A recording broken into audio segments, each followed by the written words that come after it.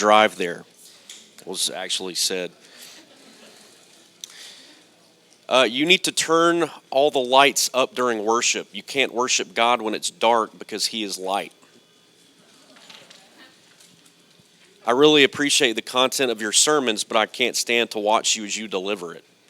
It's kind of harsh. I can tell that you have the anointing of God. My cat does too. I can't run the media and worship God at the same time. I can only worship God with my eyes closed. You blink too much when you preach. You're also a very pale person.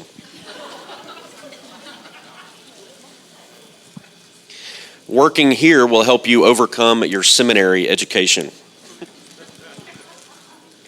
And the final one, congrats. This is our last Sunday. This church is dying. Yeah, that's kind of harsh. But some scripture that always encourages me is Psalm 23. I know that we're all kind of exhausted and tired, and we're having long days, and the breaks are short. But there's an old saying, long days, fast years, and this too shall pass. And I want to encourage everybody to keep doing what you're doing. I think we're doing a great job, and just to see us all come together has been really cool. The Lord is my shepherd, I shall not want. He makes me lie down in green pastures. He leads me beside still waters. He restores my soul. He leads me in paths of righteousness for His name's sake. Even though I walk through the valley of the shadow of death, I will fear no evil, for you are with me.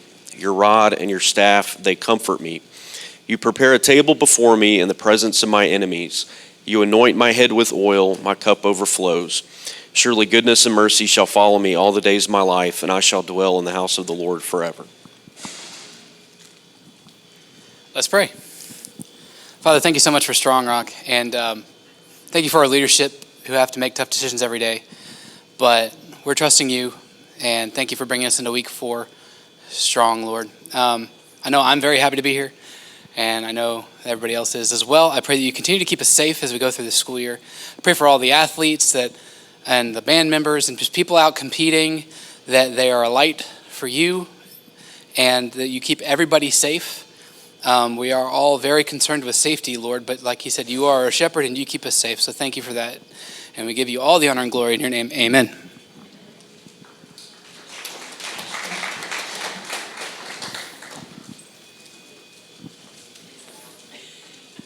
Somebody get this away from me very quickly. Thank you. We do appreciate y'all have been amazing, and we know everybody is tired. And we are trying to think of creative ways to say thank you. So the jeans idea came from Daryl and Toby's side of the building. So enjoy those jeans days for every Tuesday till the break. But we do appreciate everything you do. We know it's a lot. Laura Garrett has an announcement, and then we'll draw for our high fives.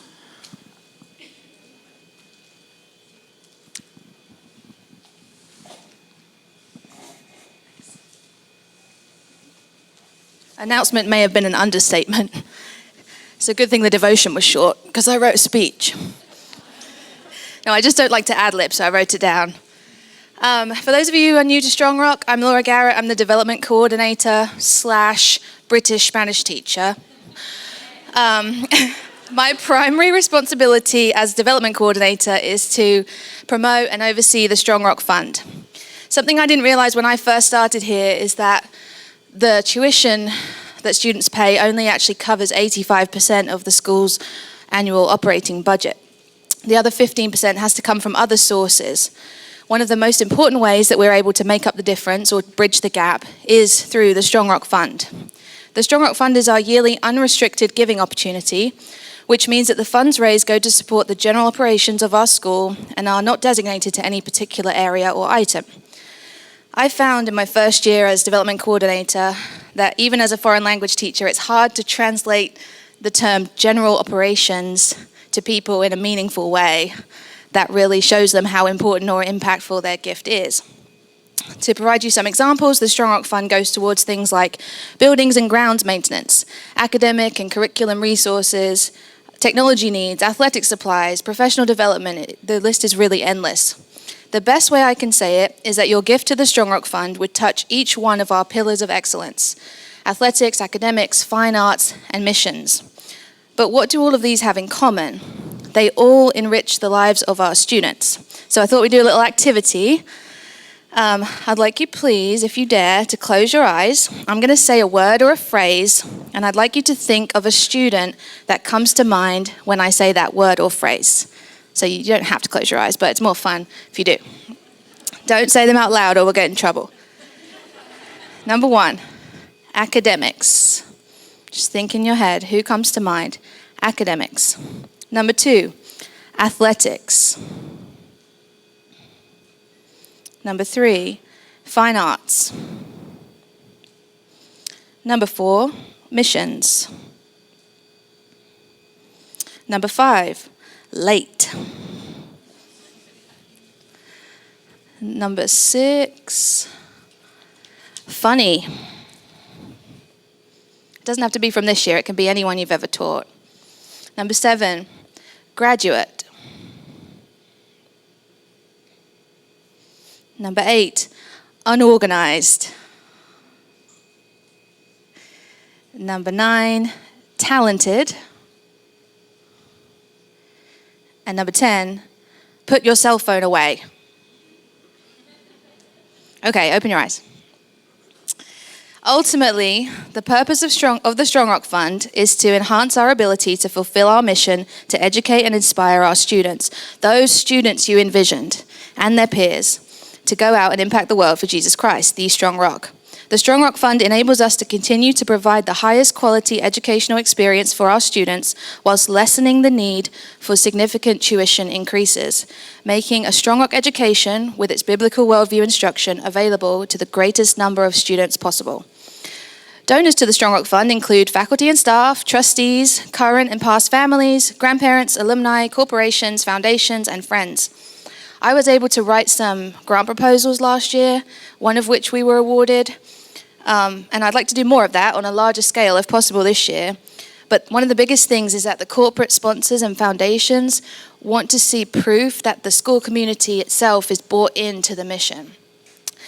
That means I need to demonstrate to them a robust annual fund, faculty, staff, and family participation percentage before they'll even start to think about making major gifts. Most schools I've researched boast 100% faculty staff participation. This staff consists of the most selfless, caring, and generous people I've ever worked with. And this is more evident than ever this year through the way in which you've accepted even greater responsibilities and increased demands on your time and energy in order to keep our doors open during this season. I've never been prouder to work here. But I am here today to ask you to do one more kindness for our school and our students. Please help us to inspire giving from our families and in turn from corporations and foundations by promoting 100% commitment from our faculty and staff. We can achieve this today. Hopefully you received the letter on your way in. If you didn't, they're over there on the table near the sign-in sheet. For new staff, just so you're aware, you are welcome to give by check, credit card, or online, but you also have the option of selecting a payroll deduction every month or one time. Gifts are tax deductible, and you will receive a receipt for tax purposes at the end of the calendar year. If you intend to give in the same amount as you did last year, please return the slip to us in the gold basket down the end where you got the forms from today before you leave SRI. If you intend to prayerfully consider the amount of your gift, please know you will be able to change the amount at any time. But if you would pledge or give today, even with just $5 in your pocket or $2 or any amount, please just select a box, either the monthly payroll, the one-time donation, or the pledge option, and sign and return the form to us in the gold basket, please, today before you leave SRI. Even if you plan to give online, please go ahead and just pledge on the form for our records. Thank you all so much for everything you do and for your unwavering dedication to your students and to advancing God's kingdom every day. You really are the best. Thank you. Thank you. High fives for today. The first one for being amazing, and she is, Kristen Dodd.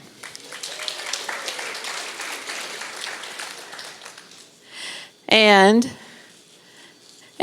she is not here today because a friend of hers possibly is having a heart attack and she left. So we need to be in prayer for them. Prayer for her as she goes to be with the wife and husband. So if y'all just remember her today. And this person for doing an amazing job of filming and editing Elementary Chapel videos. He makes us look good when we're doing chapel. So thank you to David Floyd.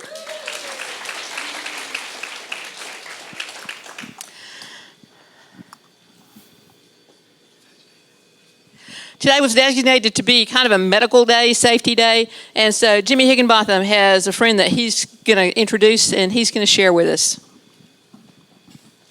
How are y'all doing? Everybody good? Glad. I've got a friend of mine named Paul Danielson's coming.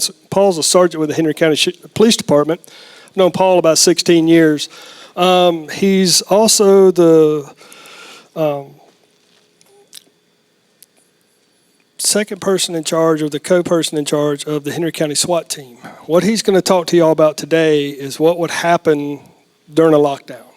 And he's not going to get into my role. He's going to get into the role that they're going to play as they get here. So I'll let Paul. Paul's actually written a whole lesson plan for this. It's been taught throughout the state.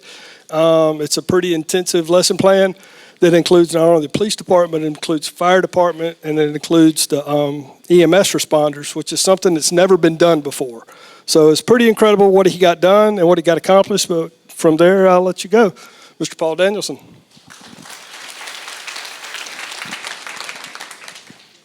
I'm normally an instructor for the police department.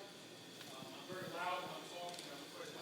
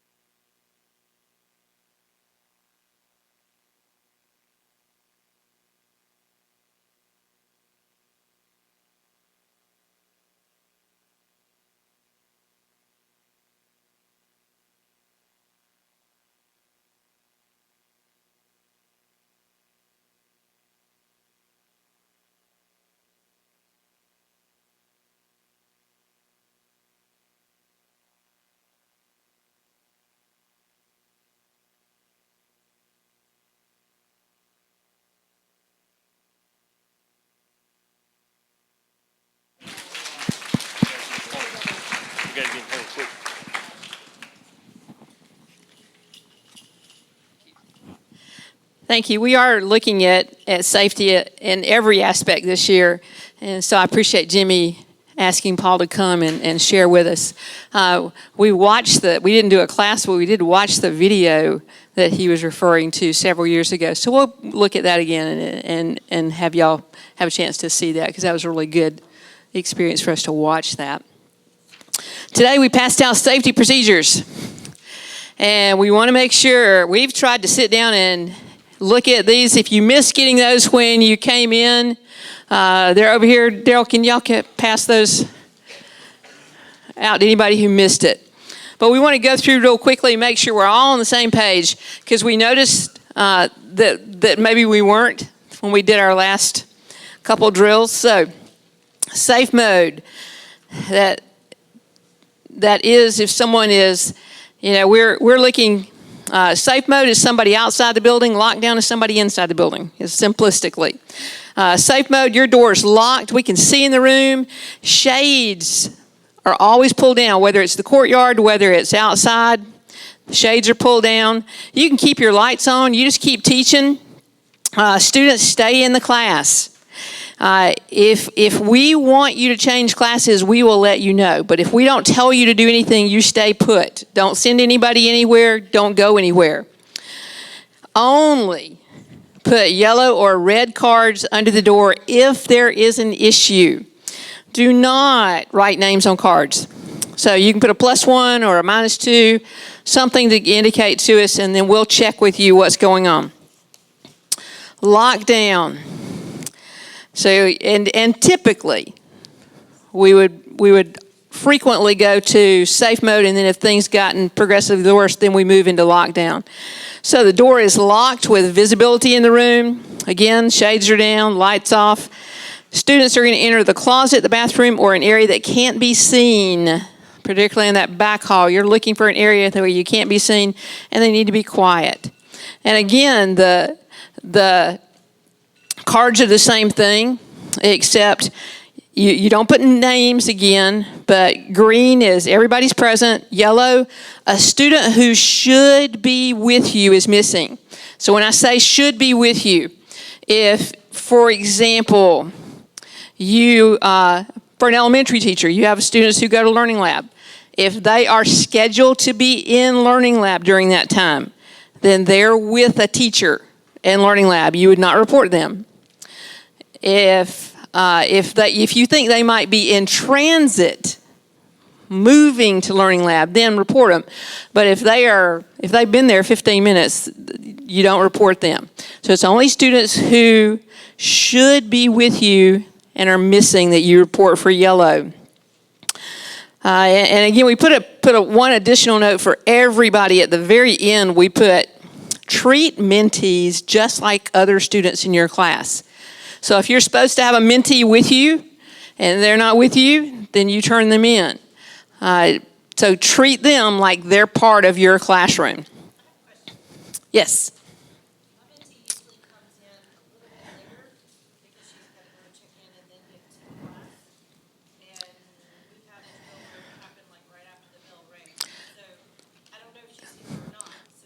Yeah, so then you would put her down. Yeah, if you're not sure, put them down. We'll find them.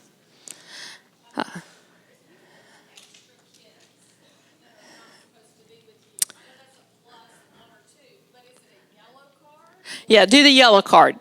So if you've got extra kids, so sometimes that may happen, that if we go, if we were to go into lockdown suddenly, we're going to try and look in the hall, grab a kid that's in the hall. If we were to have to go into lockdown, and we've had to go to real lockdowns here a number of times, if we go to lockdown, you look out the door, you grab anybody and pull them in. You don't leave them in the hall, pull them in. Yeah, don't say go to your next class. Pull them in. So you might have extra students in your room. And that is not names, but plus however many that is. And red is a concern and needs immediate administrative attention. Fire drills. Is there anything or any questions on safe mode and lockdown before I move on? Anything on that? Yes. Question that I thought about. So let's say we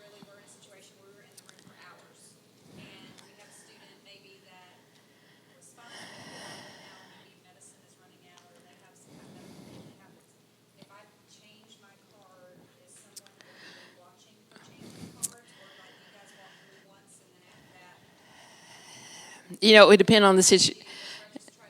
It's going to depend on the situation, and in a real drill, it may not even be us doing it. It may be Jimmy in the hallway. But I would change if there's a need. I would try and get someone's attention with that card. My phone is on my desk, which is visible from the door, but most of the teachers on our side, their phone is on their desk, and it's not visible from the door. Can we, just try to call the office? Or is that going to be an extra phone either? Just something. What do you think to that answer, Jimmy? Repeat the question. Let's say that we're in a lockdown and we really are in the room for hours. Yes. And we have a situation that comes up after the fact that now we feel like we need a red card. How are you going to know that my card is now needing to be red instead of green? Like maybe, Right. a kid. No, that somebody has a medical issue while we're in lockdown. Put the red card out. The rescue task force is going to, when those guys are coming through, whether it's the extraction team or the sweep team, when they get to it, they're going to know that we have the red cards there for a reason. So they're going to stop and check. Yes, but it won't be as soon as you put it out. It'll be when they get there. And like, whether it's your room, it could be one of the first ones or one of the last ones. And it just, right. Right. And no, because they're going to say, hey, they're outside. Do they have an inhaler? I know, and that's the thing. It's going to be the best way to calm them down. And you leaving your room. No, I know. Leaving your room to go get that is not an option, because then you put yourself and everybody else at risk. It's going to be, as bad as it is, going to be a byproduct of what took place. Because you're going to have people that are going to go into shock. And once they come in and they start clearing, they're going to systematically clear every single room, every single closet, every single bathroom, and move to the next. And it's not going to be quick. They're not going to be. They're literally going to go and look everywhere. They're going to look under every table, under every desk. They're going to look everywhere to systematically clear and say the whole building's clear. As they're clearing it, they're going to get to your room and get you out, and then they're going to clear it and move to the next. So what would be a red card at the beginning? If you have somebody that got shot, I'm not. If you have somebody that literally, you wouldn't normally have a red card. I mean, you have somebody that is close to dying, and you put that red card out. The problem is, they're going to get to them when they get to them. And if they don't see them, and they're not going to see them because they're in I know.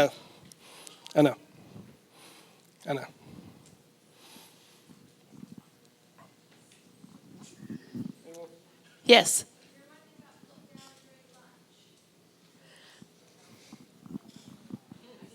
You heard him say run, hide, fight? Lockdown during lunch, and that's a great question. The biggest thing right now is I'm going to tell you to take your class and go to the closest classroom that you can and get in there. Don't try to get back to your classroom. I'm going to tell you to go. We'll stick as many people as we can in the IROC Cafe. We'll stick as many people as we can back there with Sage. We'll stick them in the offices. We can stick them in that closet. We can put them in the electrical closet. We can, wherever we can, where we're out of sight. If that means that you have to go through the courtyard to the front,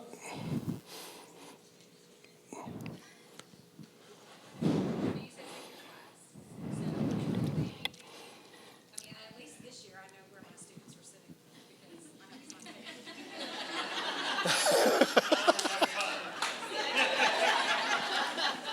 assigned seating forever. But would it maybe be, it would be helpful for me if I knew, okay, my class is always going to go to the IROC Cafe, so then I could tell my students, if you're at lunch with me, I don't. Yes, I understand what you're saying. But to say that we're always going to go to the IROC Cafe, we don't want to get into.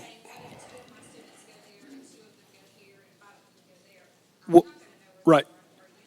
We'll find. That's the part where we'll find out. That's that part where he said when we come through and we start finding everybody and accounting for everybody, because when they have the command post set up, somebody from administration is going to be out there and go, this is the most accurate list we have of students that were here today. The ones that were here when they got here, and a list of those that have checked out. And we're going to start, and this is the part where it takes a little bit of a burden off our administration, because at that point in time, it becomes a police incident. They're going to handle all the reunification with our assistance, because we're going to know who the parents are, but they're going to be the ones to go, here, you can go. Here, you can go. So it's going to be a hand-in-hand operation, but it's one of those where they're going to set that up. We don't have to set it up. They're going to set it up.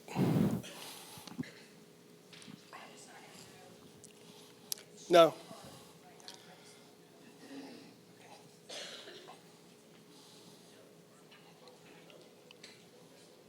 Any more?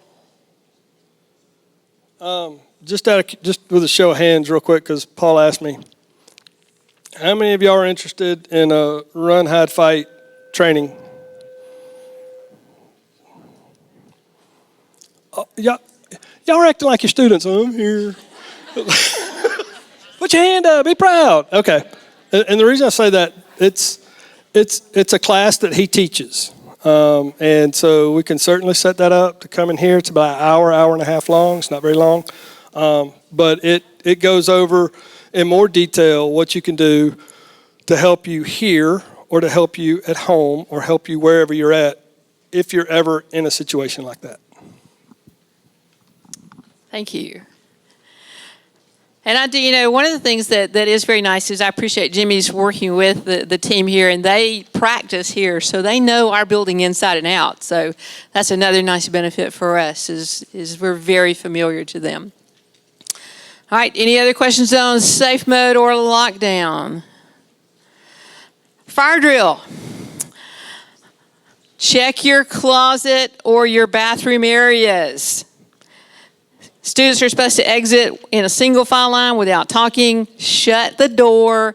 Turn the lights out. Lights off in a room with the door shut is an indication to us as we sweep the building that the room is cleared. So be sure that you do those things.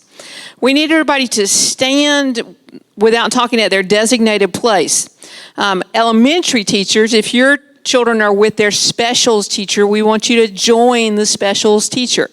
So, because in many cases, I know this last fire drill, we had a class that was in the middle of the hall when it happened, and they kind of panicked a little bit. And so we want you to join them, because they may need a little assistance. Teacher stands where they're easily visible. And so depending on where you are, we need to seek pretty quickly. We do 2 times. When we do a fire drill, the first time we check is how quickly can we get out of the building.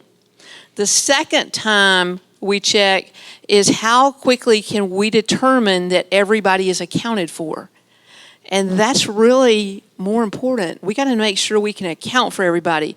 And so it's important on the front, if you're standing, especially if you're short, like me, if you're standing back with your class, you may have your card, but we can't see you.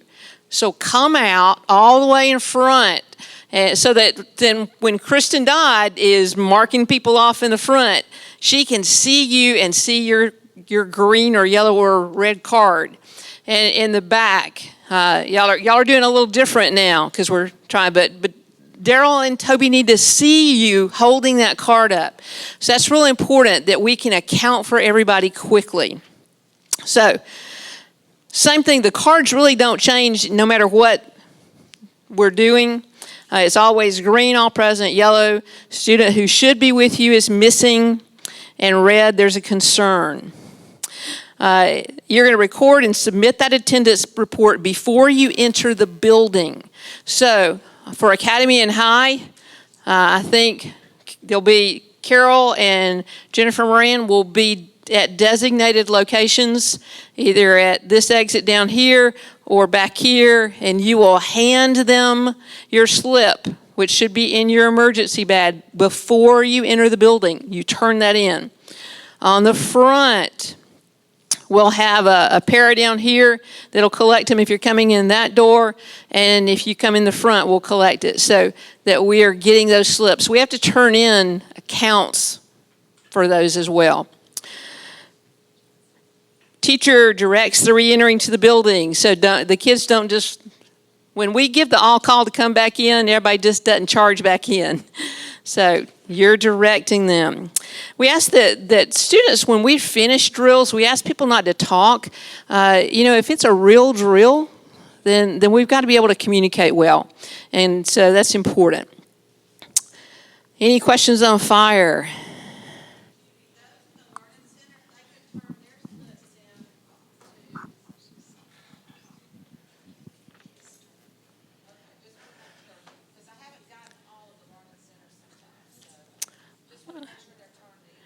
Yeah, so Learning Center folks, y'all need to make sure y'all's slips get turned in before y'all go back into your building. Yes. If you come out the front hall, you give it to us up here before you come back in. We'll have a para that stands down there.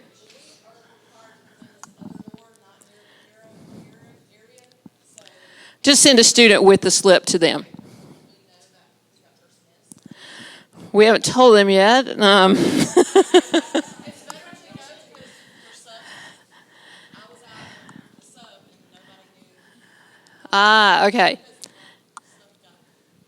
All right, we'll work that out with the para group, and we'll send out. What we're going to do? Here's what we're going to do. We didn't put this. We just gave it on a plain white sheet of paper, and so. We're going to, once we meet today, we were going to see if there were any changes. And then you're going to get 2 copies in your mailbox on this bright red sheet. And we'll send an email and we'll make sure we include all the details. And that way we'll also include details for Learning Lab and who they need to turn theirs into. So we'll try and make sure we include those things. But we're going to ask you to post 1 in your room and put 1 in your emergency bag, so that you will have those handy, particularly for subs. It'll be easier for them. Yes?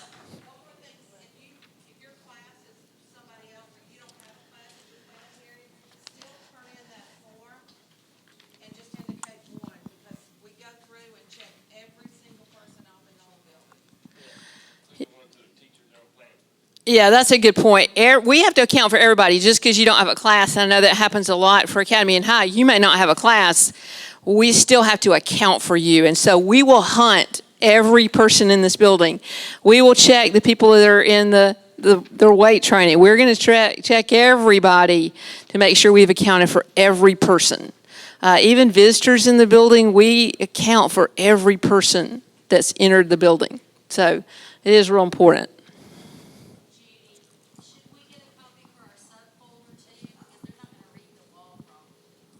Yeah, that would be great. We can give you 3 copies. That's easy.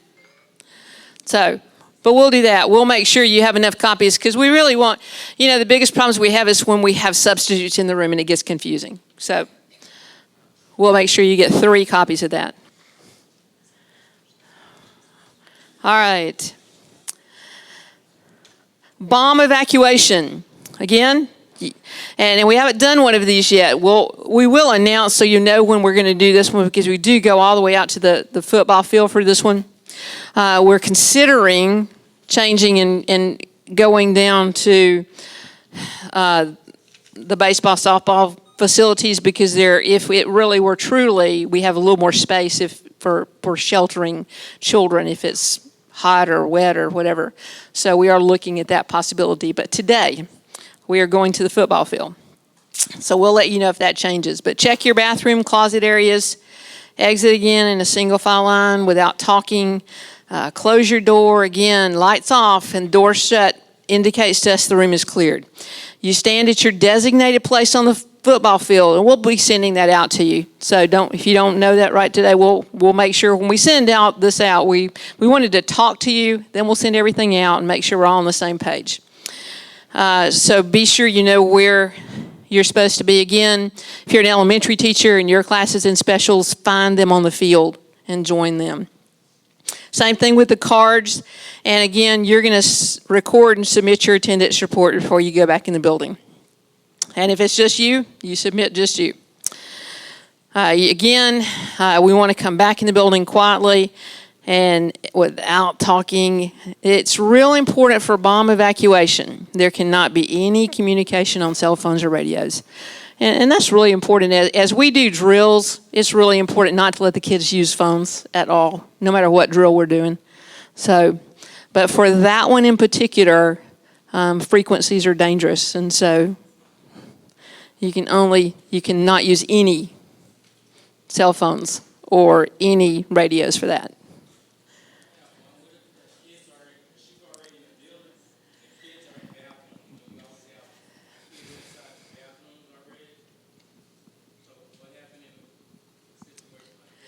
And we really need to train children on these things. So it really would be good to talk with your students about these things because probably they don't realize that when we have a bomb drill, the dangers of being on phones.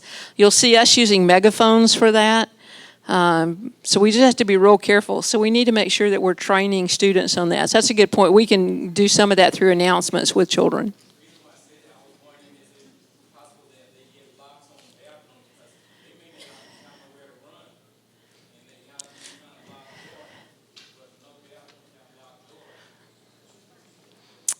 Well, that's a good point. Yeah, we need to talk about that. All right. And the last one is severe weather. This is really the one that we are most likely to have a real event. We've had these. We had Awana groups here one day, I think, and it was really bad. And so we had people from other churches here. They didn't speak English. And we had something going on up at the track. We had people everywhere, and we really had to go into a severe weather drill, and that was exciting. So several people have asked about the position when you go into the hall. And we did check into this. For our school, the way we are designed, the children do get down on their hands and knees facing their head toward the wall. And that is just because of the design of what would happen for us if the glass in the ceiling came down. So we did check. Some schools do that differently. It is based on the design of the school. So we did check on that. So you'll come out into your designated area. You shut the door. We'll bring in the people from the Learning Center. We'll try and get everybody in this building just because it's a safer building. So they assume that kneeling position, their hands over their neck. Again, you use the same cards, and you wait till we give you the all clear, and then you come back in the classroom quietly. And that one particularly is real important just because of this. The weather around here is crazy, and you can pop back into having to another tornado. They kneel in front of the lockers. There was a question about that too, and then, is that safe? The lockers are secure, so that shouldn't be a problem if they're kneeling there. Is that, Jimmy? So they can kneel in front of that.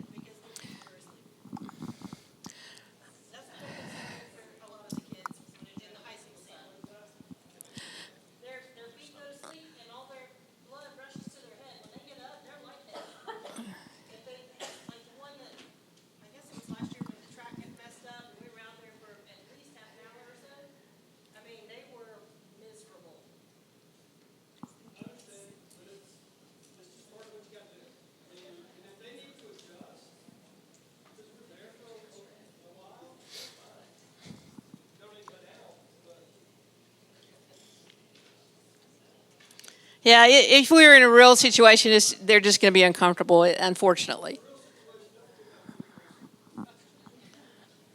Yes.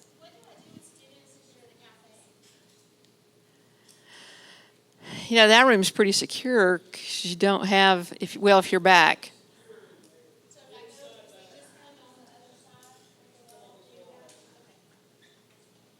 Yes. When we come in from the learning lab, there's not the designated spot, so my kids are just spreading out where they can find a spot, and it's real hard to identify them in that position, so I'm just kind of going and trying to say, hey, here or here. But like, just trying to look and figure out who's here. But we don't ever have a designated spot to go, so all of our classes just get mixed in, and, they may be near sixth graders or, down. Yeah, we'll look at that.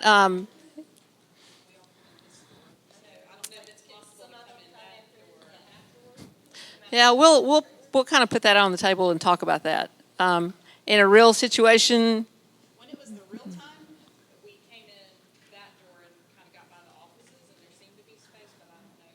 okay, we'll look at that. We've always been told to come in that door, so there's nowhere to go. Okay, we'll talk about that. That's a good point. All right. So again, we want to take care of all our students. When we have a drill, do check and see if there's students just out before you rush to do something. So if it's a lockdown, check the hall real quick. Pull anybody in that's there. That might be a mentee that's in the hall that's doing something. It might be a student coming to the nurse, going to the media center, but we want to take care of children and try and check.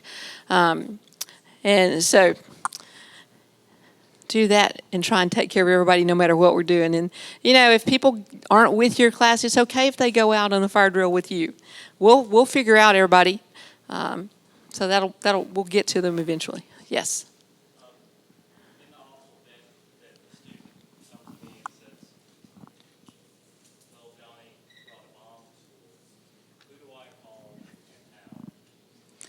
There's several things you can do. One is you have an emergency button in your room that you can press. And so it's a red button in your room that can immediately alert the office. If you can call the front office or the back office, depending on which is close. You can call Jimmy Higginbotham. I think most everybody has his cell phone number. If they don't, we can give that out. But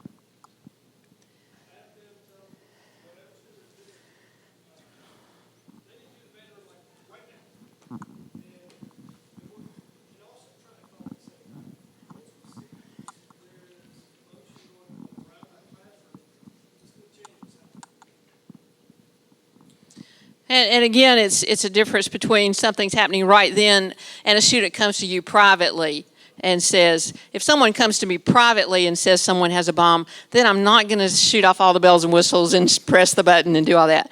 If it's an emergency, yes. So some of that's just using your judgment in the moment. It just is. Other questions? All right. We'll be sending this to you. We'll make a few corrections. We'll send out an email with specific instructions on who to turn things into when you come back in the building.